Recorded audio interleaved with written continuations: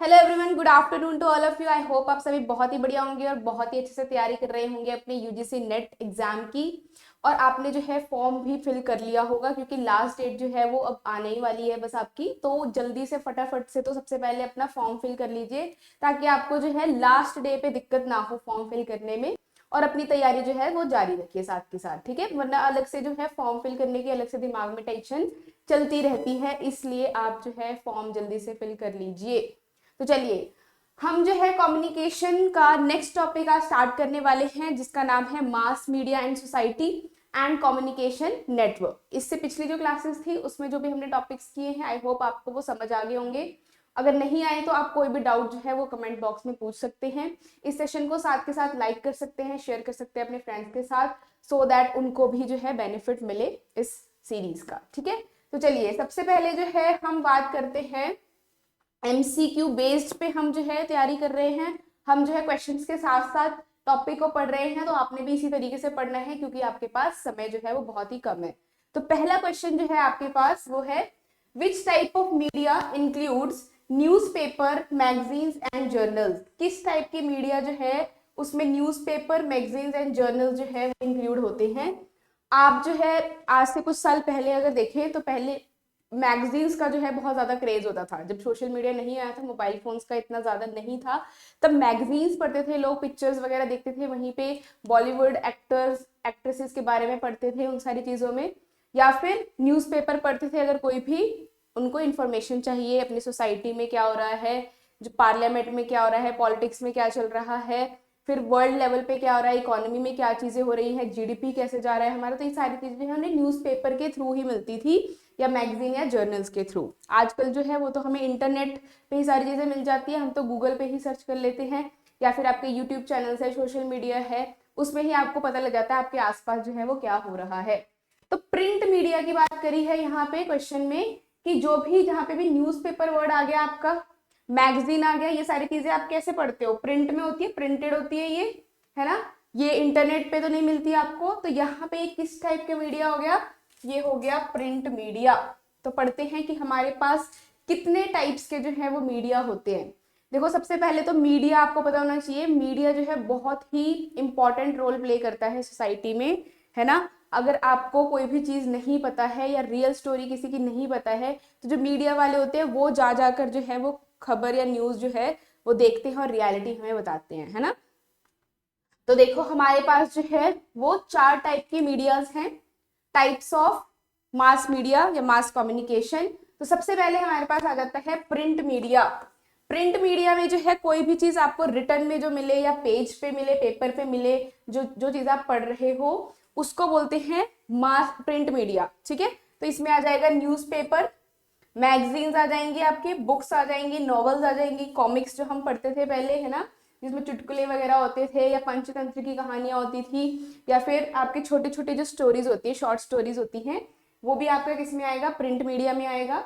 फिर journals and publications, जो research करते हैं लोग, पीएचडी करते हैं, तो वो रिसर्च पेपर्स पब्लिश करते हैं, तो वहां से भी आप जो है इंफॉर्मेशन ले सकते हो किसी भी चीज की, किसी भी चीज से रिलेटेड अगर आपको कोई जानकारी चाहिए तो आप जर्नल्स डाउनलोड कर सकते हो। अब तो ऑनलाइन डाउनलोड कर सकते हो, अदरवाइज अलग से जो है रिटर्न में जो है उनकी एक तरीके से बुकलेट टाइप भी आती है। फिर हो जाएगा हमारे पास ब्रॉडकास्ट मीडिया। ब्रॉडकास्ट मीडिया जो है वो टेलीविजन पे कोई चीज आपको दिखाई जा रही है, शो करी जा रही है, कोई इन्फॉर्मेशन बताई जा रही है, जैसे कि न्यूज चैनल हो गए आपके, या फिर आप कोई मूवी देख रहे हो, वहां से भी आपको जो है कल्चर के बारे में नॉलेज मिलता है ना। अलग अलग मूवीज में जो है अलग अलग कल्चर के बारे में बताया जाता है, कहीं पे राजस्थान वाला एरिया दिखाया जाता है, कहीं पे जो है वो बिहार यूपी वाला साइड दिखाया जाता है। अब जैसे कि अगर आप अभी आजकल की वेब सीरीज देखो तो वहां पे ज्यादातर जो है वेब सीरीज अब यूपी बिहार वाली साइड की लैंग्वेजेस में बन रही है ना। तो ये भी आपका ब्रॉडकास्ट मीडिया में आ जाएगा, television, radio and films. Next है बिलबोर्ड। बिलबोर्ड क्या होता है, जब आप कहीं पे जा रहे होते हो, रास्ते में अपने आसपास आप देखते हो कि पोस्टर्स लगे होते हैं या ब्राउचर्स लगे होते हैं, या फिर जो है हेडिंग्स बड़ी बड़ी लगी होती है ना, दुकानों के बाहर लगी होती है, या फिर रेलवे स्टेशन जहाँ पे पब्लिक एरिया, जहाँ पे ज्यादा भीड़ होती है, वहां पे जो है जनरली ये लगाई जाती है। तो इसमें क्या क्या आ जाएगा, बिलबोर्ड आ जाएगा, बोर्डिंग्स आ जाएंगी। आप किसी शॉप में जाते हो या आप मॉल जाते हो तो वहां पे एक, अब तो इलेक्ट्रॉनिकली भी यहाँ पे लिखा हुआ आता रहता है कुछ कुछ, है ना, वो भी बिलबोर्ड का ही एग्जाम्पल है। पोस्टर लगाना, बैनर्स लगाना। अब जो इंस्टीट्यूट्स होते हैं या फिर कोई भी डॉक्टर है, किसी ने नया क्लिनिक खोलना है या फिर कोई भी बिजनेस नया स्टार्ट करना है, तो वो क्या करते हैं, पहले पैम्फलेट्स बनवाते हैं और उसको डिस्ट्रीब्यूट करवाते हैं या फिर पोस्टर्स बनवाते हैं और वहां पे एडवर्टाइजमेंट करते हैं। ये ज्यादा थोड़ा सस्ता रहता है as compare to television. Next है digital media and new media. अब जो आजकल का एरा है, जो आजकल की जनरेशन है, वहां पे सबसे ज्यादा किस टाइप का मीडिया फेमस है, वो है डिजिटल मीडिया या फिर सोशल मीडिया। यहाँ पे जो है अब आजकल के जो नौजवान हैं, यंगस्टर्स हैं, वो सोशल मीडिया पे ज्यादा एक्टिव है ना। इंस्टाग्राम कह लो, व्हाट्सएप कह लो, स्नैपचैट कह लो, ट्विटर, ये सारी चीजें जो हैं ज्यादा फेमस हैं। तो सोशल मीडिया पे भी आपको काफी चीजें जो हैं पता चलती हैं। वैसे सोशल मीडिया पे जो है नेगेटिव चीजें भी होती है, पॉजिटिव भी होती है, वो आपको देखना है कि आपको जो है किस चीज की इंफॉर्मेशन ग्रैब करनी है। वीडियो प्लेटफॉर्म्स होते हैं, है ना, इन्फ्लुएंसर्स आजकल बहुत ज्यादा लोग बन रहे हैं, है ना, मिलियंस मिलियंस फॉलोअर्स होते हैं उनके, और जो है उनका कंटेंट भी आजकल जो है इतना खास होता नहीं है।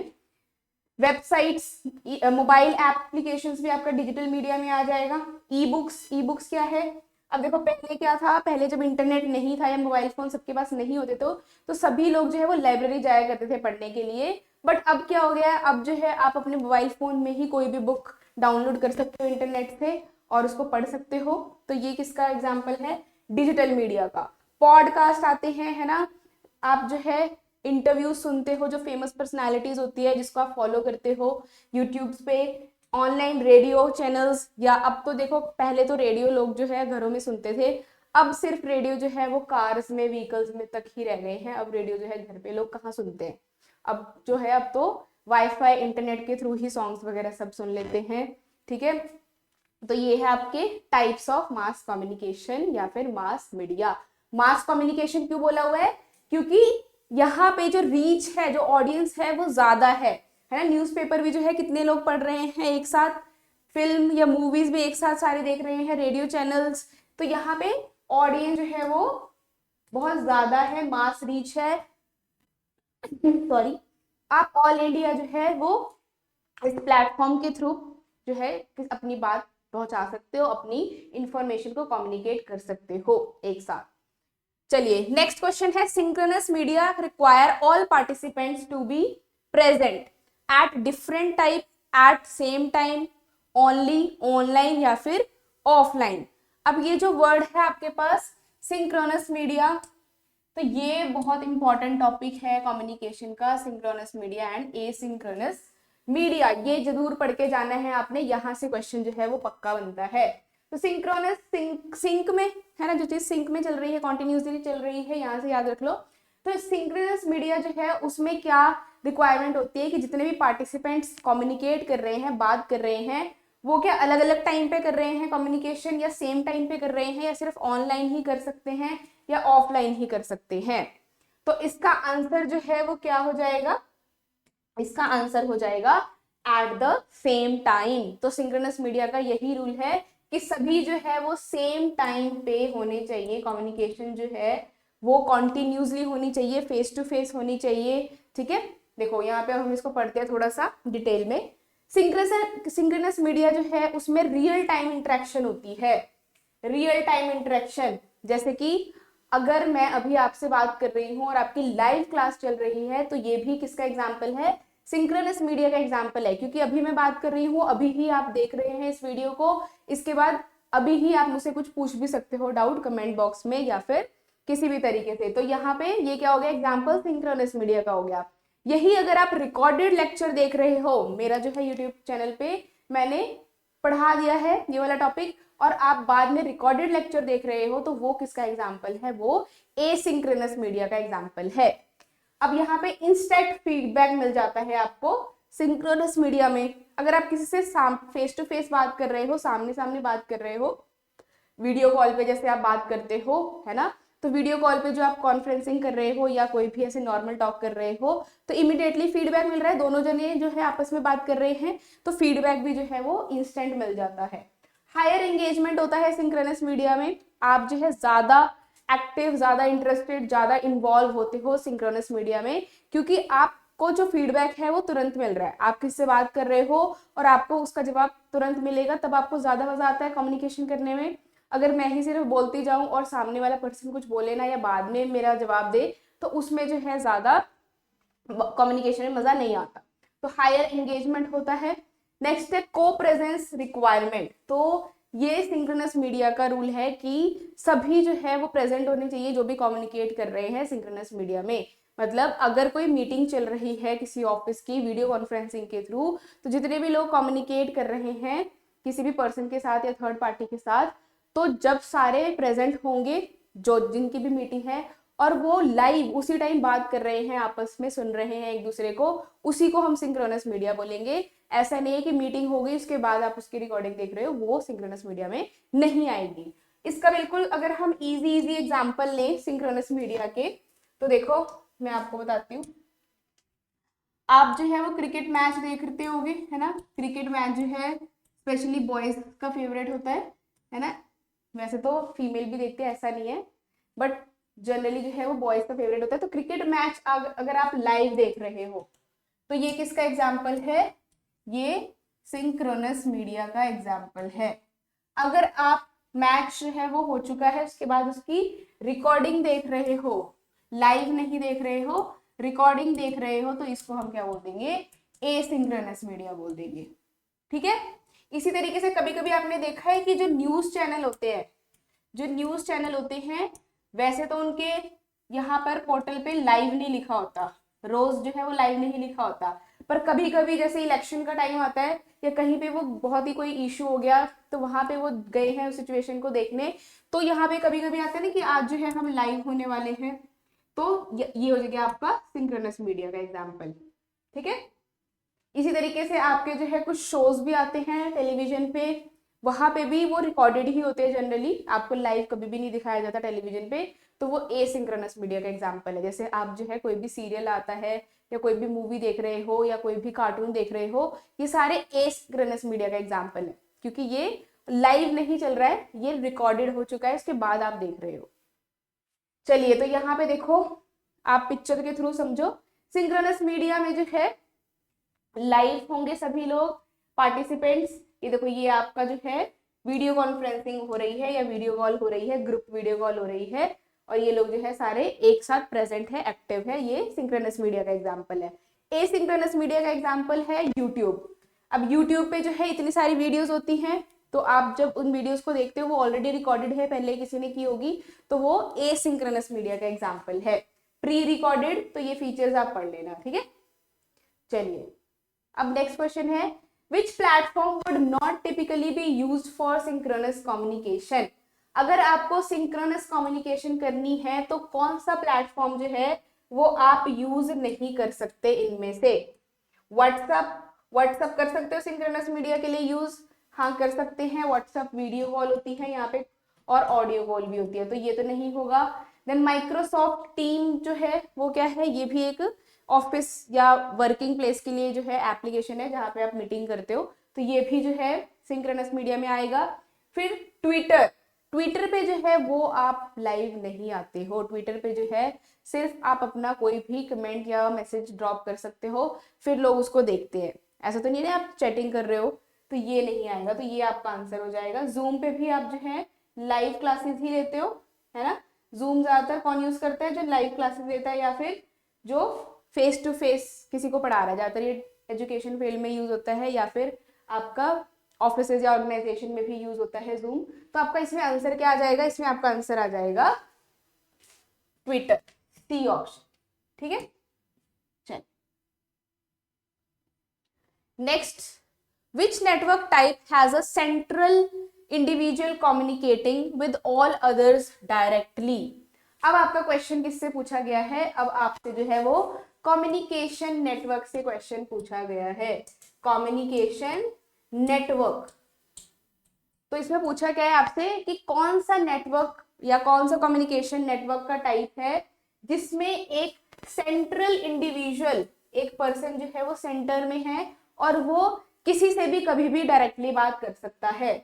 मतलब ये जो आपका पर्सन है ये इससे भी बात कर सकता है, या फिर इससे भी बात कर सकता है, या इससे भी बात कर सकता है, मतलब सभी जो है इसी सेंट्रल जो है, जो पर्सन सेंटर में है उससे बात कर रहा है, ठीक है। तो इस टाइप का नेटवर्क जो है इसको कौन सा नेटवर्क बोलते हैं हम? चेन नेटवर्क बोलते हैं, सर्कल नेटवर्क बोलते हैं, व्हील नेटवर्क बोलते हैं, या ऑल चैनल नेटवर्क बोलते हैं। तो यहाँ पे देखो चेन नेटवर्क नहीं होगा, चेन नेटवर्क जो है वो इस तरीके से होता है, ठीक है। देन जो है आपका सर्कल नेटवर्क है, सर्कल नेटवर्क जो है वो किस तरीके से होता है? सर्कल जो है वो इस तरीके से होता है। देन व्हील नेटवर्क है, व्हील नेटवर्क हो जाएगा आपका इस तरीके से, एक पर्सन साथ वाले पर्सन से बात करेगा, अभी हम इसकी पिक्चर देखते हैं। फिर ऑल चैनल नेटवर्क जो हर जगह बात कर सकता है, तो इसका हम जो है पहले कंसेप्ट समझते हैं। देखो कम्युनिकेशन नेटवर्क जो है वो आपके पास कितने टाइप्स के होते हैं? Wheel, chain, circle and all channel. अब इसको देखो ध्यान से, आप फिगर को देखो। व्हील में कैसा है? व्हील कैसा होता है आपका? जैसे आपका जो है कोई कार है, कोई भी व्हीकल है, उसका व्हील इस तरीके से होता है ना, इस तरीके से होता है। तो यहाँ पे देखो बीच में एक सेंटर में पर्सन है, वो अपने किसी भी पर्सन से बात कर रहा है, मतलब सभी जो है वो किसको रिपोर्ट कर रहे हैं? सेंटर वाले पर्सन को रिपोर्ट कर रहे हैं। फॉर एग्जाम्पल कोई भी टीम है, किसी को कोई टीम वर्क में काम दिया हुआ है, तो इसमें जो है ये टीम लीडर है, ये टीम लीडर है, तो सभी जो है इसी से कम्युनिकेट करेंगे, तो ये व्हील वाला कम्युनिकेशन हो गया, व्हील टाइप का कम्युनिकेशन नेटवर्क हो गया। चेन कैसा होता है? चेन होता है कि जैसे ये ए पर्सन है, ये बी है, ये सी है, तो इसमें अगर ए को बात करनी है सी से, तो पहले ए को बी से बात करनी पड़ेगी, फिर बी जो है वो सी से बात करेगा, तो एक चेन की तरह हिरार्की जो है वो बनती है। तो ये आपके जो है फॉर्मल कम्युनिकेशन में यूज होता है, ये मैंने आपको बताया था, है ना। फिर है सर्कल कम्युनिकेशन। सर्कल कम्युनिकेशन में क्या है कि एक पर्सन जो है वो सिर्फ अपने आसपास वालों से बात कर रहा है, अपने जो भी आसपास के लोग हैं उनसे बात कर रहा है। फिर ये जो है ये अपने आसपास वालों से बात कर सकता है, मतलब कि जो आपके लेफ्ट एंड राइट में है, जो आपके साथ वाले हैं, सिर्फ उनसे बात कर सकता है, इसमें कोई सेंटर वाला पर्सन नहीं है। तो ये कैसे हो गया? ऐसे ही चल रहा है व्हील की तरह, सॉरी सर्कल की तरह। फिर है ऑल चैनल। ऑल चैनल को जो है वो स्टार नेटवर्क भी कहते हैं। कौन सा नेटवर्क? Star network. स्टार का मतलब क्या है कि जब कोई भी किसी से भी बात कर सकता है, यहाँ पे आपकी अथॉरिटी वगैरह ऐसा कुछ नहीं है, जब भी जिसका भी मन कर रहा है, इसका मन कर रहा है तो ये इससे बात कर सकता है, इसका मन कर रहा है इससे बात कर सकता है, इसका मन कर रहा है इससे कर सकता है, इससे कर सकता है, तो यहाँ पे स्टार बनता है, ठीक है। तो यहाँ पे आंसर क्या आ जाएगा आपका? हमारा व्हील आ जाएगा, ठीक है। कौन सा आंसर आ जाएगा हमारा? सॉरी, हमारा जो है वो आंसर आ जाएगा व्हील नेटवर्क, ठीक है। चलिए, तो यहाँ पे देखो हम सारे नेटवर्क जो है उसका एग्जाम्पल के साथ और उसके एडवांटेजेस और डिसएडवांटेजेस भी पढ़ लेते हैं, यहाँ से भी जो है क्वेश्चन आने के चांसेस हो सकते हैं। तो सबसे पहले है चेन नेटवर्क। चेन नेटवर्क जो है इसमें इंफॉर्मेशन जो है वो one person to next person पहुंचती है और एक तरीके से हिरार्की क्रिएट हो जाती है। हिरार्की क्या होता है कि मतलब अथॉरिटी वाइज, ठीक है। ये पहले इससे बात करेगा, फिर ये आगे इससे बात करेगा। जैसे मैंने बताया था ना, किसी एम्प्लॉय को अगर सीईओ से बात करनी है तो पहले वो किससे बात करेगा? अपने मैनेजर से बात करेगा, फिर मैनेजर जो है वो एचआर से बात करेगा, एचआर फिर सीईओ से बात करेगा। तो इसे हम चेन वाला नेटवर्क बोलते हैं। ये ऐसे भी हो सकता है, या ऐसे भी हो सकता है। अब यहाँ पे एग्जाम्पल देखो, in a company information passes from the CEO to department manager, then to a team lead and finally to the employees. तो अगर सीईओ को भी कोई बात कहनी है अपनी, तो वो डायरेक्टली एम्प्लॉयज से आके बात नहीं करता, वो क्या करेगा? पहले डिपार्टमेंट के मैनेजर को बोलेगा, फिर डिपार्टमेंट मैनेजर जो है वो टीम लीडर को बोलेगा, फिर टीम लीडर जो है वो अपने एम्प्लॉयज को समझाएगा वो बात। अब यहाँ पे इसका एडवांटेजेस, बेनिफिट या स्ट्रेंथ क्या है कि यहाँ पे अथॉरिटी क्लियर है, सबको पता है कि मुझे किसको रिपोर्ट करना है, तो बात जो है बहुत ही आराम से जो है आगे आगे चली जाती है। It is efficient for routine task, और ये जो है अगर आप डेली कोई काम कर रहे हो उसके लिए सही है। लिमिटेशन क्या है? स्लो प्रोसेस है, टाइम कंज्यूमिंग है। अगर आपको कोई बात सीईओ से करनी है जो कि बहुत ज्यादा अर्जेंट है, जिससे कंपनी का जो है बहुत ज्यादा लॉस होने से बच सकता है, बट आप तो डायरेक्टली बात कर ही नहीं सकते, तो अब आपको जो है स्केलर चेन फॉलो करना पड़ेगा। तो इससे क्या होगा? टाइम कंज्यूम होगा, और मे बी जब तक ये बात सीईओ तक पहुंचेगी तब तक कंपनी जो है वो डूब जाएगी, ठीक है। चलिए, नेक्स्ट है व्हील नेटवर्क। व्हील नेटवर्क क्या है, अभी जो बताया हमने कि सेंट्रल में जो है एक पर्सन होता है और वो किसी से भी बात कर रहा है। तो यहाँ पे एग्जांपल देखो, एक प्रोजेक्ट टीम है, इनको कोई प्रोजेक्ट मिला हुआ है, किसी पे काम मिला हुआ है, तो उसमें जो है 5-6 लोग हैं, तो उनके पास जो है एक क्या है, टीम लीडर है, या एक, अगर हम एग्जांपल ले स्कूल टाइम का, चलो आपको टीचर्स जो है वो आपको क्या करते थे, आपको प्रोजेक्ट वर्क देते थे, तो एक ग्रुप का जो है वो लीडर बनता था हमेशा, फिर ये बताता था कि तुम्हें ये चार्ट बनाना है, तुम्हें इमेजेस निकलवा कर लेनी है, तुमने जो है वो लिखना है, और तुमने जो है वो कलरिंग करनी है, तो वही सभी को काम बताता था, उसी से सारे जो है रिपोर्ट करते थे। तो इसी तरीके से ये हो जाएगा आपका व्हील नेटवर्क का एग्जाम्पल। इसका एग्जाम्पल क्या है, सेंट्रल कंट्रोल। तो यहाँ पे क्या है, एक पर्सन है, एक अथॉरिटी है जो सभी का कंट्रोल कर रही है, वो सभी का जो है ध्यान रख रही है कि कौन किस तरीके से काम कर रहा है, तो ये अच्छी बात है। लिमिटेशन क्या है, over reliance on one person limits peer to peer interaction. अब यहाँ पे क्या हो रहा है कि एक पर्सन है, 2 पर्सन है, 3, 4, अब यहाँ पे जो आपका लीडर है, टीम लीडर है, ये तो सबसे कम्युनिकेट कर रहा है, बट ये जो लोग है 1 2 3 4, ये आपस में जो है वो कम्युनिकेशन नहीं कर पा रहे हैं, अपने साथ वाले पर्सन से जो है इंटरेक्शन नहीं कर पा रहे हैं, वो गलत है। नेक्स्ट है circle. Circle type of network या कम्युनिकेशन नेटवर्क। इसमें क्या है, हर पर्सन जो है वो अपने साथ वाले पर्सन से, फ्रेंड से, पीयर ग्रुप से, जो साथ वाले पर्सन है उनसे कम्युनिकेट कर रहा है।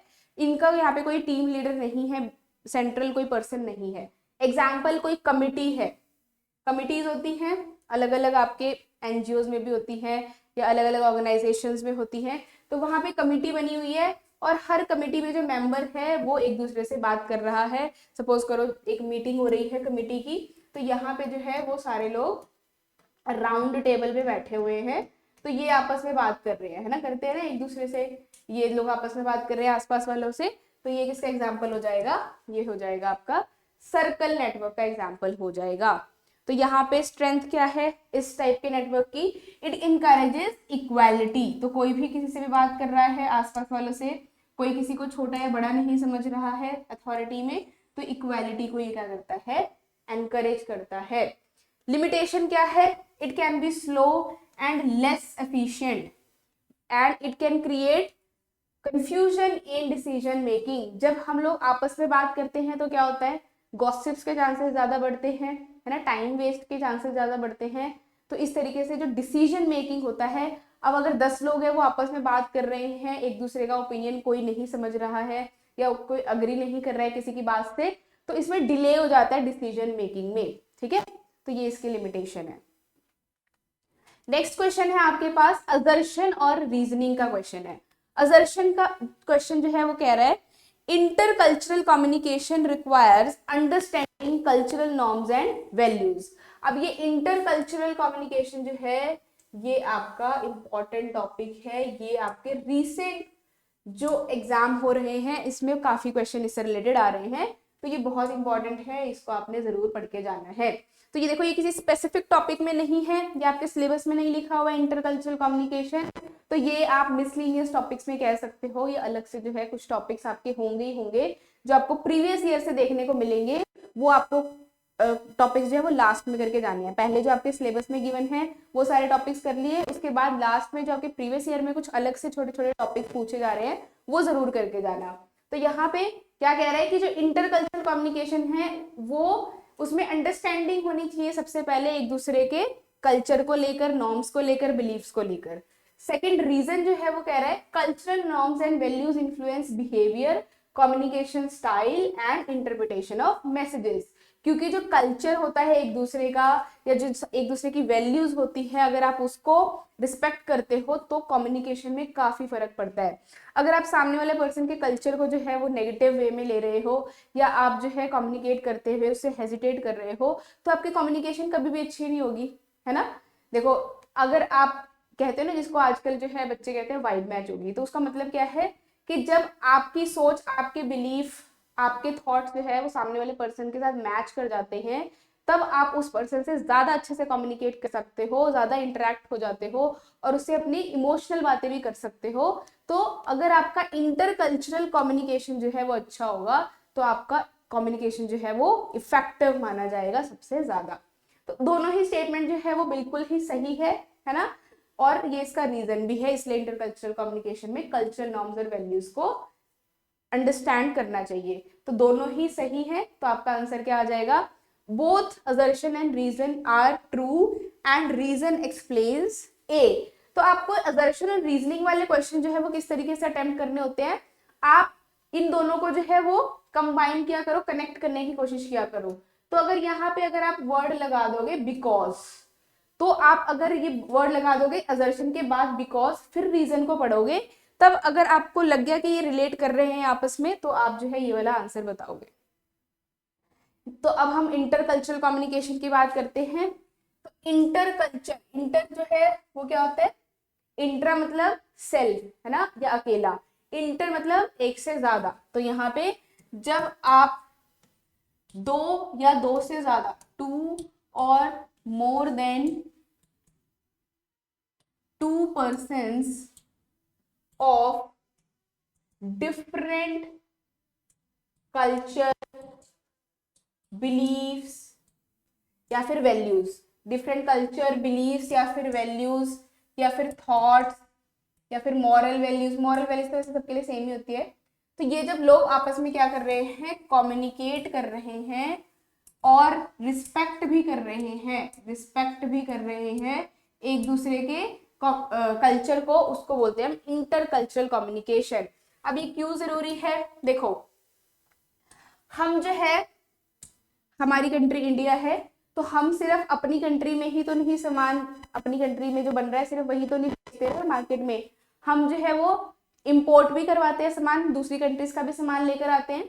तो अगर ये आपने कंसेप्ट पढ़ा हो ग्लोबलाइजेशन का, अगर आपने कंसेप्ट पढ़ा हो इंटरनेशनल बिजनेस में या इकोनॉमिक्स में, तो ग्लोबलाइजेशन में क्या होता है, इसमें जब दो से या दो से ज्यादा कंट्रीज किस पे, इंटरनेशनल लेवल पे क्या कर रही है, ट्रेड कर रही है, ट्रेड एट इंटरनेशनल लेवल या नेशनल लेवल कह लो, इंटरनेशनल लेवल पे जब ये कंट्रीज आपस में ट्रेड कर रही हैं और इकोनॉमिक इंटीग्रेशन हो रहा है, इसको बोलते हैं ग्लोबलाइजेशन। तो अगर आप किसी कंट्री के कल्चर को, उनकी लैंग्वेज को रिस्पेक्ट नहीं करोगे, तो क्या आपके जो है वो रिलेशन सही रहेंगे। अब जो हमारे पड़ोसी देश है, उनके साथ जो है हम हमेशा यही चाहते हैं कि शांति रहे, पीस रहे, तो हम उनके जितना भी कल्चर है, उनकी लैंग्वेज है, उसको रिस्पेक्ट कर रहे हैं, उनको अंडरस्टैंड कर रहे हैं, तभी हमारे रिलेशन उनके साथ अच्छे बने हुए हैं, है ना। अगर आप अपने जो है एरिया की बात कर लो, आप जहाँ पे रहते होगे वहां पे आसपास जो है वो अलग अलग स्टेट के, अलग अलग कल्चर के लोग रहते होंगे, तो वो कैसे रह रहे हैं। सबसे बेस्ट एग्जाम्पल इसका है गोकुल धाम सोसाइटी, गोकुल धाम सोसाइटी। तो अगर आप तारक मेहता का उल्टा चश्मा आपने देखा हो, तो वहां पे आपने देखा है कि गोकुलधाम सोसाइटी में सारे अलग अलग स्टेट के लोग हैं और वो आपस में कितने अच्छे से रह रहे हैं। तो ये किसका एग्जाम्पल है, इंटरकल्चरल कम्युनिकेशन का एग्जाम्पल है। ठीक है, तो आप जो है जेठालाल दयाबेन से जो है वो याद कर सकते हैं ये वाला कंसेप्ट। तो इसके कंपोनेंट्स क्या क्या हो जाते हैं, इंटर कल्चरल कम्युनिकेशन के क्या क्या कंपोनेंट हो जाएंगे, लैंग्वेज। तो इसमें सबसे पहले क्या आता है, लैंग्वेज। तो हम जो है जिस कंट्री में रहते हैं वहां पे बहुत सारी लैंग्वेजेस बोली जाती है, और हमारे कंट्री की यही सबसे खासियत बात है। तो हम एक दूसरे की लैंग्वेज को जो है वो रिस्पेक्ट करते हैं, और तभी हम जो है एक साथ रह पा रहे हैं। तो language is the primary medium of communication but also shapes the way people think and interpret information. But कुछ लोग ऐसे भी होते हैं जो एक दूसरे की भाषा को मजाक भी उड़ाते हैं, बट वो चीज नहीं करनी है, अदरवाइज आपकी कम्युनिकेशन उनके साथ अच्छी कभी भी नहीं हो पाएगी। नेक्स्ट है values and beliefs. These define what is considered acceptable, ethical, and important in a culture. Differences in values can lead to misunderstanding. अब सभी के जो वैल्यूज होते हैं, सभी के बिलीफ्स होते हैं, जब सभी के जो विचार होते हैं वो अलग अलग होते हैं। ठीक है, अब आपके लिए जो चीज सही होगी मे बी वो दूसरे पर्सन के लिए सही नहीं होगी। फॉर एग्जाम्पल, मे बी आपके लिए नॉन वेज खाना जो है वो अच्छी बात नहीं है, आप जो है वो ये सोचते हो कि इससे जो है वो एनिमल्स की डेथ हम कर रहे हैं। ठीक है, बट कुछ पर्सन जो होते होंगे जो जिम जा रहे हैं या जिन्होंने जो है फिजिकली फिट रहना है, वो बोलते होंगे कि इसमें जो है न्यूट्रिएंट्स होते हैं, काफ़ी अच्छी चीज़ें होती है तो हमें खाना चाहिए। तो दोनों के वैल्यूज़ बिलीव्स अलग अलग हो गए, बट ऐसा तो नहीं है कि एक पर्सन गलत है एक सही है, दोनों ही अपनी जगह पे जो है अपनी तरफ से सही है। तो नेक्स्ट है नॉर्म्स एंड कस्टम्स। नॉर्म्स जो है वो क्या करते हैं guide, behaviour in a social context such as etiquettes, time orientation and expression of respect. तो आप जब किसी अपने से बड़े से बात करते हो, एल्डर पीपल से बात करते हो, तो आप किस तरीके से बात करते हो, आप जो है बहुत ही रिस्पेक्ट के साथ, एटिकेट्स के साथ बात करते हो, है ना। तो उससे क्या पता लगता है कि आपके कल्चर कैसा है, आपका बैकग्राउंड कैसा है, आप किस बैकग्राउंड से आ रहे हो। अगर हम कहीं पर ट्रेवल करते हैं तो वहां पे भी अगर हम कुछ लोगों को देखते हैं तो ऐसे ही बोलते हैं ना, अगर वो कहीं पे भी कूड़ा फेंक दे रहे हैं, तमीज से बात नहीं कर रहे हैं, तो ये बोलते हैं ना कि इसको एटिकेट्स नहीं है। तो ये वही चीज है। तो जब आप किसी से बात कर रहे हो तो हमेशा ये ध्यान रखो कि हमेशा आप रिस्पेक्ट से बात करो। अब ये जेंडर स्पेसिफिक नहीं है, कोई भी पर्सन है, आप सभी से जो है वो रिस्पेक्ट से बात करो। अगर आप जो है दूसरे सामने वाले पर्सन को रिस्पेक्ट देते हो तभी वो पर्सन भी आपको रिस्पेक्ट देगा। नेक्स्ट है सिंबल्स। सिंबल्स में क्या आ जाएगा, gestures, colours, science and different meanings across the culture. तो अगर आप किसी से बात कर रहे हो तो आपको ये पता होना चाहिए कि जिस पर्सन से मैं बात कर रहा हूँ या बात कर रही हूँ तो वो किस टाइप का पर्सन है, वो किस कल्चर से आता है, किस बैकग्राउंड से आता है। तो अगर मैं कोई ऐसा जेस्चर्स करूँ या दिखाऊं अपने सिंबल्स या हैंड जेस्चर जिससे वो उसे अच्छा ना लगे, तो ऐसी चीजें जो है वो आपको इस्तेमाल नहीं करनी है। फॉर एग्जाम्पल, आप जो है पहली बार किसी लड़की या फीमेल से मिल रहे हो, तो आप ऐसा तो नहीं है ना कि पहली बार जाके ही जो है उसको हैंडशेक करने लग जाते हो या फिर उससे बहुत ज्यादा फ्रैंक हो जाते हो, नहीं होता।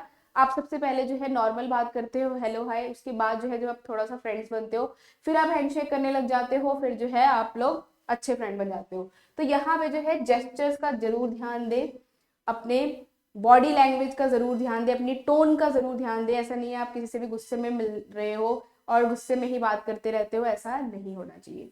नेक्स्ट है कंटेक्स्ट। कंटेक्स्ट क्या है कि जब आप किसी से बात कर रहे हो तो एनवायरनमेंट का ध्यान रखो, है ना। अगर सपोज करो किसी की डेथ हुई है और आप उसके घर पे जा रहे हो तो वहां पे जो है वो आप ठहाके मार के हंस के तो बात नहीं करोगे ना उस टाइम पे। आप उस कंटेक्स्ट को समझोगे, उस एनवायरनमेंट को समझोगे और वहां पे जो है बहुत ही आराम से, बहुत ही ध्यान से और बहुत ही इमोशनली जो है वहां पे बात करोगे। और इसी तरीके से अगर आप पार्टी में जा रहे हो, किसी फंक्शन में जा रहे हो, उस टाइम पे आपका जो है कंटेक्स्ट क्या होगा, आपके अंदर एनर्जी होगी, एक्टिवली आप जो है पार्टिसिपेट करोगे, ठीक है, डांस करोगे, खाओगे, ठीक है, ये सारी चीजें होंगी। तो एनवायरनमेंट या कंटेक्स्ट जो है वो भी बहुत इंपॉर्टेंट होता है इंटर कल्चरल कम्युनिकेशन में।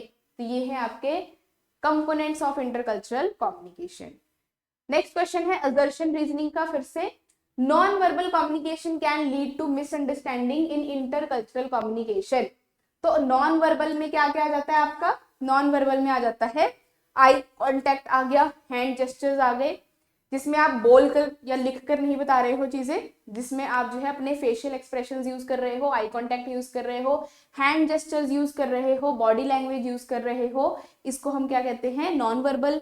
तो ये बोल रहा है कि नॉन वर्बल कम्युनिकेशन जो है वो कभी कभी मिसअंडरस्टैंडिंग भी क्रिएट कर देता है इंटरकल्चरल कम्युनिकेशन में, जो कि बिल्कुल सही है ना। अगर मैं कोई ऐसा जेस्चर कर रही हूँ जो सामने वाले पर्सन को जो है उसके कल्चर में वो गलत चीज है तो वो उसको हर्ट कर जाएगी, तो आप जो है ऐसा नहीं करोगे, तो ये बिल्कुल सही है। नेक्स्ट है non verbal cues such as gestures and eye contact have different meanings across culture। तो इसका क्या रीजन है, ये क्यों बोल रहा है ये ऊपर वाली लाइन, क्योंकि जब हम किसी के साथ आई कांटेक्ट कर रहे हैं, कभी कभी ऐसा होता है ना कि आप ट्रेवल कर रहे हो, आप जो है बस में ट्रेवल कर रहे हो या किसी भी पब्लिक ट्रांसपोर्ट में ट्रेवल कर रहे हो, तो कई बार ऐसा होता है कि लड़के जो है वो नॉर्मली किसी को ऐसे नजर चली जाती है किसी लड़की पे, बट वो लड़की जो है वो सोचती है कि ये मुझे जो है वो घूर रहा है ना। होता है ना, कई बार पिट जाते हैं उस चक्कर में लड़के, तो बट वो इंटेंशनली नहीं था, वो एकदम से नजर चली गई किसी पे। तो ये वही चीजें हैं कि आप जो है आपके हैंड जेस्चर्स या गलती से किसी को टच हो गया, तो ये चीजें। नेक्स्ट है, तो ये सही है बिल्कुल, तो ये जो है आपका आंसर क्या आ जाएगा, both A and R true and R explains the A, बिल्कुल सही। अब यहाँ पे बैरियर्स देख लेते हैं, कब जो है वो बैरियर या कब जो है वो कम्युनिकेशन इफेक्टिव नहीं होती या सही नहीं होती इंटरकल्चरल कम्युनिकेशन के केस में। इंटरकल्चरल मतलब जब दो लोगों के कल्चर, स्टेट, या फिर बैकग्राउंड, फैमिली बैकग्राउंड सब कुछ अलग है, वो जब बात कर रहे हैं तो उनमें बैरियर कब आ जाता है। कभी कभी ऐसा भी होता है ना, जैसे आजकल जो है इंटर स्टेट, इंटर कास्ट, ये सारी चीजें मैरिजेस हो रही हैं, तो आफ्टर मैरिज कभी कभी हो जाता है ना कि नहीं ये हमारा कल्चर ज्यादा अच्छा है, नहीं तुम्हारा कल्चर ज्यादा अच्छा है, ऐसा होता है। तो लैंग्वेज बैरियर, सबसे पहले लैंग्वेज बैरियर जो है वो क्रिएट कर सकता है बैरियर। आप जो है आपको लैंग्वेज नहीं आती सामने वाले पर्सन की और उसने कुछ ऐसी बात बोल दी जो आपकी लैंग्वेज में बहुत ही खराब है, तो आप जो है फिर कम्युनिकेशन खराब हो जाएगी, मिसअंडरस्टैंडिंग हो जाएगी। Stereotyping, assumption based on stereotypes में हिंडर ओपन माइंडेड कम्युनिकेशन। अब कुछ लोग जो होते हैं उनकी सोच जो है काफी अभी भी पिछड़ी है, जैसे कि किसी से हैंडशेक नहीं करना मिलके, या फिर जो है आपको ज्यादा फ्रैंक नहीं होना है, यहाँ पे हंसना नहीं है, यहाँ पे ऐसे बात नहीं करनी है, यहाँ पे लाउड होके बात नहीं करनी है। तो ये स्टीरियोटाइपिंग जो है ये भी कम्युनिकेशन में बहुत ही बड़ा बैरियर लेकर आती है ना। जैसे कि आप कहीं आप अगर ईस्ट वाली साइड जाओगे, अभी भी जो फीमेल्स हैं उनको ज्यादा मेल से बात करने दिया नहीं जाता है, अभी भी घूंघट वगैरह है उस उधर साइड। नेक्स्ट है आपका नॉन वर्बल मिस इंटरप्रिटेशन। तो ये आ गया हैंड जेस्चर्स, आई कॉन्टेक्ट, ये हमने कर लिया, ये भी जो है मिसअंडरस्टैंडिंग क्रिएट कर सकता है। फिर cultural shock, the stress of being in a foreign environment can affect effective communication and adaptability. अगर आप एकदम से, अगर आप बचपन से लेकर बहुत बड़े, जैसे 25-26 साल के हो गए, 30 साल के हो गए, उसके बाद आपको एक ऐसे एनवायरनमेंट में भेज दिया जाए जो बिल्कुल ही अलग है, जैसे बच्चे जो है वो फॉरेन कंट्रीज में भी जाते हैं पढ़ने के लिए, तो वहां पे सरवाइव करना उनके लिए थोड़ा सा डिफिकल्ट हो जाता है, क्योंकि बिल्कुल ही एनवायरनमेंट उनके लिए चेंज हो जाता है ना। यहाँ पे जो है आपसे पड़ोसी में जो लोग हैं वो इतने घुल मिल कर रहते हैं, इंडिया में अच्छे से बात करते हैं, मे बी फॉरेन में जो है वैसा आपको एनवायरनमेंट ना मिले, वहां पे लोग बहुत बिजी होते हैं अपने अपने काम में और इतना आपस में इंटरेक्शन नहीं होती, इतने इमोशनली वो नहीं अटैच होते किसी से, तो इससे क्या हो जाता है, कल्चरल शॉक आ जाता है और आप कम्युनिकेशन करने में फिर हिचकिचाते हो किसी भी पर्सन से जब आपका कल्चरल डिफरेंस आ जाता है। तो ये है आपके barriers to intercultural communication. अब हम करेंगे ये जो इंटर कल्चरल कम्युनिकेशन है, अगर इसको हम प्रैक्टिकली अप्लाई करें या प्रैक्टिकली एग्जाम्पल देखें तो क्या क्या हो सकता है, कहाँ कहाँ पे ये अप्लाई होता है। तो सबसे पहले इंटरनेशनल बिजनेस, तो ये बहुत इंपॉर्टेंट टॉपिक है, इससे क्वेश्चन जो है चांसेस हैं आने के, क्योंकि ये इस टॉपिक से क्वेश्चन पूछा जा रहा है, तो इससे रिलेटेड जितना भी है आपको वो सारा पढ़ के जाना है। इंटरनेशनल बिजनेस क्या होता है, इंटरनेशनल बिजनेस वही होता है कि जब आपकी कंट्री के लोग बाहर की कंट्री के लोगों के साथ भी क्या कर रहे हैं, गुड्स खरीद और सेल कर रहे हैं। जैसे यहाँ इंडिया में भी जो सामान बनता है वो बाहर जाता है, और जो बाहर सामान बन रहा है वो इंडिया में भी आता है, इसी को इंटरनेशनल बिजनेस कहते हैं। तो इंटरनेशनल बिजनेस करने के लिए आपको कल्चर को रिस्पेक्ट करना पड़ेगा, कल्चर को समझना पड़ेगा। अब अगर आप यहाँ पे हो, आपको कहीं दूसरी कंट्री में अपने बिजनेस खोलना है या उसका ब्रांच ओपन करना है। अब जैसे कि यहाँ पे हम एग्जांपल ले लेते हैं, जो आपके मैकडोनल्ड्स हैं या फिर आपके जो है फूड वाली इंडस्ट्री है, तो इनको कैसे पता है यहाँ पे आके जो है बर्गर वगैरह सेल कर रहे हैं, बर्गर में जो है आपकी टिक्की लगी होती है, तो उन्हें कैसे पता कि यहाँ पे जो है लोग आलू को, या आपके जो जैसे यहाँ पे नॉर्थ में क्या है, लोग ज्यादा पराठे वगैरह खाते हैं, तो इसलिए यहाँ पे जो है उन्होंने टिक्की का कल्चर स्टार्ट किया, टिक्की जो है वो ऐड करी बर्गर में। अदरवाइज अगर आप यहीं बाहर जाओगे फॉरेन कंट्री में, तो वहां पे जो है वो टिक्की बर्गर के अंदर नहीं होता, बीफ यूज होता है, जो कि इंडिया में बैन है। तो यहाँ पे वो फिर आलू की टिक्की कैसे लेकर आए, हमारे कल्चर को उन्होंने समझा पहले, उसके बाद वो चीज यहाँ पे इंट्रोड्यूस करी। तो जब भी बिजनेस में आप कहीं पे भी बिजनेस करते हो, तो सबसे पहले आप उस एरिया की नॉलेज लेते हो कि यहाँ के लोग कैसे हैं और वो किस चीज को पसंद करते हैं, किस चीज की डिमांड करते हैं। फिर है हेल्थ केयर एंड काउंसलिंग, तो cultural competence help in professionals providing better care to patients from diverse backgrounds.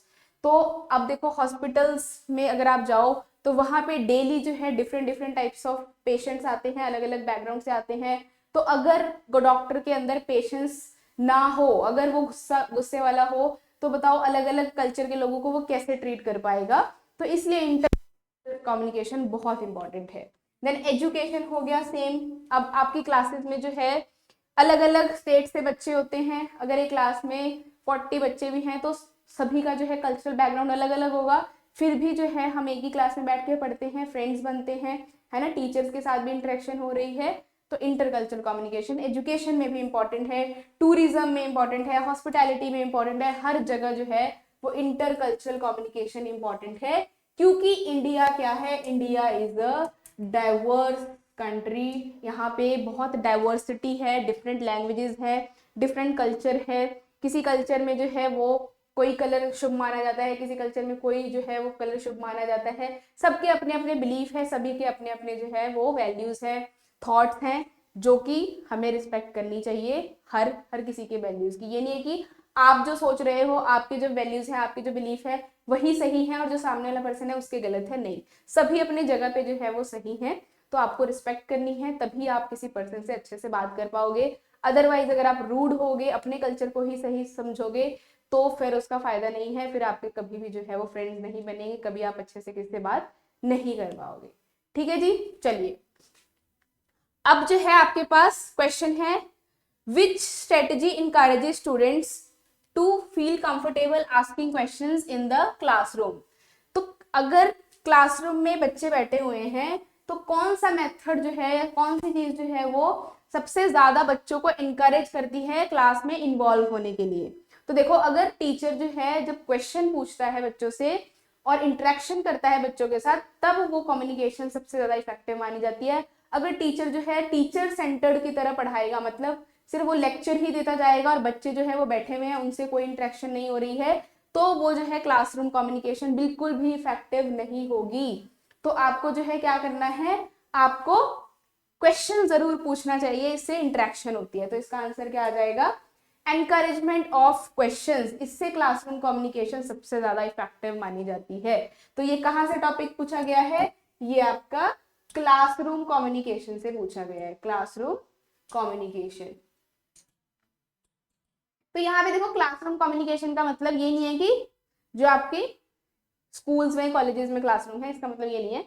Classroom communication का मतलब है जब एक पर्सन जो है वो सेंडर है या वो कोई अपनी बात कहना चाहता है और उसके सामने ग्रुप ऑफ पीपल बैठे हुए हैं और एक जो है एनवायरनमेंट क्रिएट हो रहा है क्लासरूम जैसा, उसको बोलते हैं हम क्लासरूम कम्युनिकेशन। तो इसका मीनिंग देखो, classroom communication refers to the exchange of information, ideas, emotions between teachers and students in a classroom environment, and it is a vital component of teaching learning process. It enables the transfer of knowledge, fostering interaction and building understanding.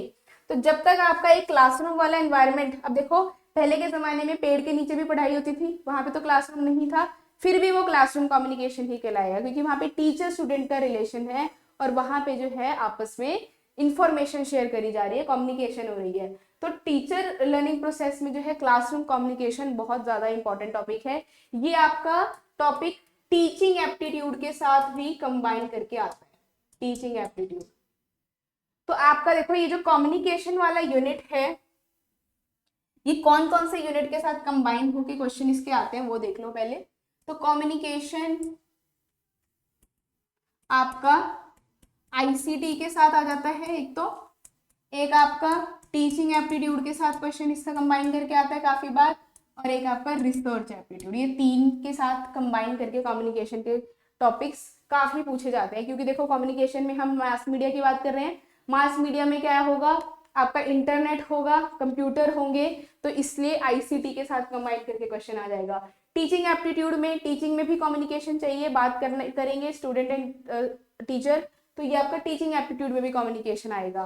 फिर research aptitude में भी आएगा, आप research करोगे, hypothesis, या फिर आप जब रिसर्च पीएचडी वगैरह करोगे वहां पे भी इंटरव्यू देने जाओगे तो कम्युनिकेशन स्किल चाहिए। तो ये तीनों ही यूनिट में आपका कम्युनिकेशन कंबाइन करके पूछा जाता है।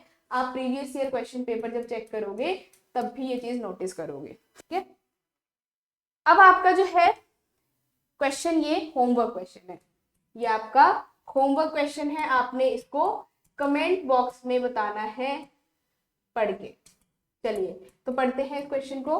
विच mode of communication is most effective for collaborative learning in classroom. अगर आपको क्लासरूम में कोलैबोरेटिव मतलब जब मिलजुल कर जो है वो कम्युनिकेशन हो, या जिसमें टीचर और स्टूडेंट दोनों ही इन्वॉल्व हो, वो कौन से टाइप की कम्युनिकेशन होगी, one way, two way, group या फिर मास कम्युनिकेशन।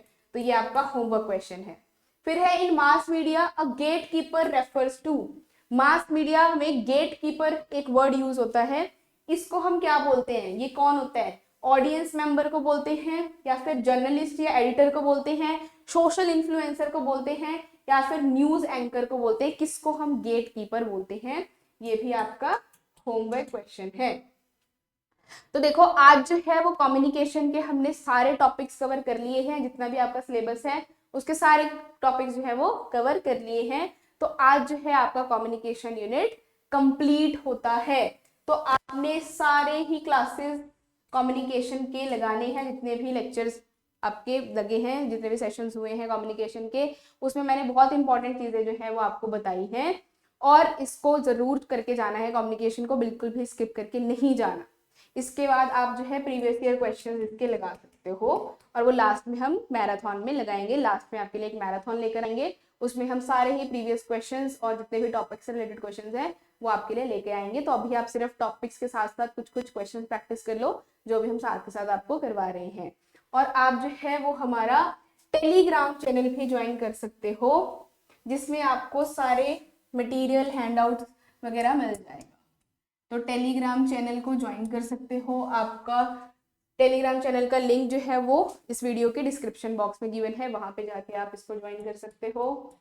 एंड अपने यूजीसी नेट जेआरएफ की तैयारी हमारे साथ साथ कर सकते हो। आपके पास जो है अब इतने दिन नहीं है, जनवरी में ही आपका एग्जाम है, तो आपने स्मार्ट वर्क करना है। फटाफट जो आपको टॉपिक्स करवाए जा रहे हैं उतना ही पढ़ के चले जाओ, पेपर 1 में आपका एग्जाम जरूर क्रैक हो जाएगा। ठीक है, तो बिलीव इन योर सेल्फ, अपने ऊपर भी जो है बिल्कुल मोटिवेशन अपने आप को रखना है, मोटिवेटेड रखना है, और अपने आप पे कॉन्फिडेंस रखना है, और अपने आप पे भरोसा रखना है कि मैं कर सकता हूँ, तभी आपका एग्जाम क्लियर होगा।